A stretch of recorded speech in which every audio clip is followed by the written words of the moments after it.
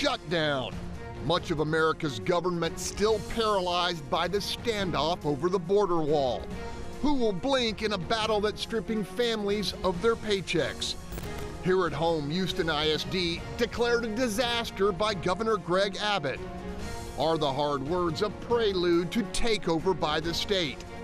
At City Hall, the mayor finally agrees to fresh talks with firefighters. Can new negotiations deliver pay parity without layoffs?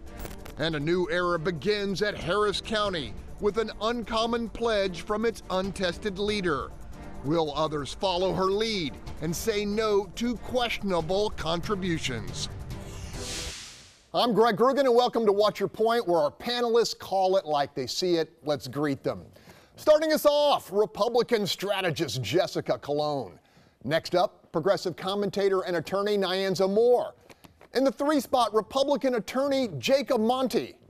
Batting cleanup, longtime super neighborhood leader Tomaro Bell. Next up, conservative Ben Streusand, 1/3 of the Amigos on KSEV radio. And closing us out on the hot corner, writer, educator, and radio host Tony Diaz. Okay, let's do this. As the stalemate continues over funding for President Trump's border wall, the partial shutdown of America's government enters a third week. Beyond the unceasing, uncompromising political rhetoric, more than 800,000 furloughed federal workers remain sidelined without paychecks. In turn, the American public suffered without the services they provide. This week, as a new Democratic majority took control of the House, Mr. Trump doubled down on his demand for a barrier on our southern border, saying he's willing to continue the shutdown for years if necessary. Democrats in both the House and the Senate have given no indication they are willing to budge. In fact, freshman Michigan Congresswoman Rashida Tlaib actually escalated hostilities by throwing a profane verbal Molotov cocktail directly at the commander-in-chief. And when your son looks at you and says, "Mama, look, you won," bullies don't win. And I said, "Baby, they don't, because we're going to go in there, we're going to impeach them." Woo! The Congresswoman is not backing down. She tweeted the next morning that she'll always, quote, "speak truth to power," hashtag unapologetically me. Many in both parties believe Tlaib went too far. Okay, let's start us off here with Nyanza Moore. What do you think of the standoff? I think that she was well within her rights. She was at a private function at progressivemovement.org or moveon.org, and her words have no power. And just like Speaker Pelosi defended her freshman congresswoman, you know, we've heard those same words from our president, and actually he said the F-bomb 4 times in a meeting with Nancy Pelosi just about the very same issue. So at the end of the day, what should be focused on is what she was talking about, the impeachment of the president. So the F-bomb is where none of us have a problem with it. If a man had said it, we wouldn't have a problem with it. Jessica Cologne, what does Congresswoman Tlaib's tone tell you about this incoming group of activist freshman Democratic lawmakers? The mob has been elected, and Pelosi's going to get exactly what she asked for, served up on a platter. So Pelosi says she doesn't believe in censorship, except unless it's freedom of speech of conservatives, unless you're pro-life, unless you're a fiscal conservative, unless you want border security, then it's not okay. The double standard is stunning. Really, we're talking about the shutdown here and the Democrats not wanting to come to the table. The Senate is not going to pass the House bill. They're not going to bring this forward unless it has border security in it. I think it's good the conservatives are taking a stand. Pelosi's first bill in the House wanted to increase the debt ceiling without voter approval, wanted to make sure that there would be no border security, also wanted to look at taxpayer-funded abortions. She threw the whole kitchen sink into the first bill. So conservatives stood tall and brought, and said, no, we're not going to pass that bill this first time around. But this congresswoman out of Michigan, completely out of line. And this is just indicative of what has been elected into our U.S. House of Representatives and across the country. Okay, Tony, you calling on Speaker Pelosi and the rest of Democrats to stand firm on this, even though 800,000 folks are on the sideline? Well, let's make it clear. This is the Trump shutdown, and I'm pretty certain that the Trump shutdown will play a big role in the final season of The Apprentice. And I tell you what, probably the smartest thing and fairest thing to do for Donald Trump right now would be to demand a Reagan-era citizenship program for a Trump era wall. However, I don't think Trump is that wise, and I don't think he's willing to budge on this. So I think, again, we're tired of his reruns. He said Mexico would pay for the wall. He didn't say American families would starve for this, and he keeps changing his story. So he's adapting and negotiating. He said he wanted a concrete wall. He said it would get 10 feet higher every time Mexico denied they would pay for it. It's become a steel slat wall. I think pretty soon all he's going to get is the Trump border wall hologram. Okay, Ben, there's been talk that the president may try to move money from the military budget and do it his own way, to keep his promise. You think that is an acceptable option? If it's legal, I'm not sure he can do that under the court cases that have already been decided over the last 30 or 40 years with regard to reappropriating money. But I mean, it's, the Democrats, this is a high political kabuki theater. Most of the Democrats that are now opposing additional funding for border security already voted for additional funding for border security.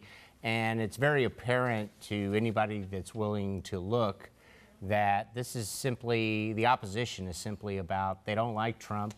They don't want to give him a political victory.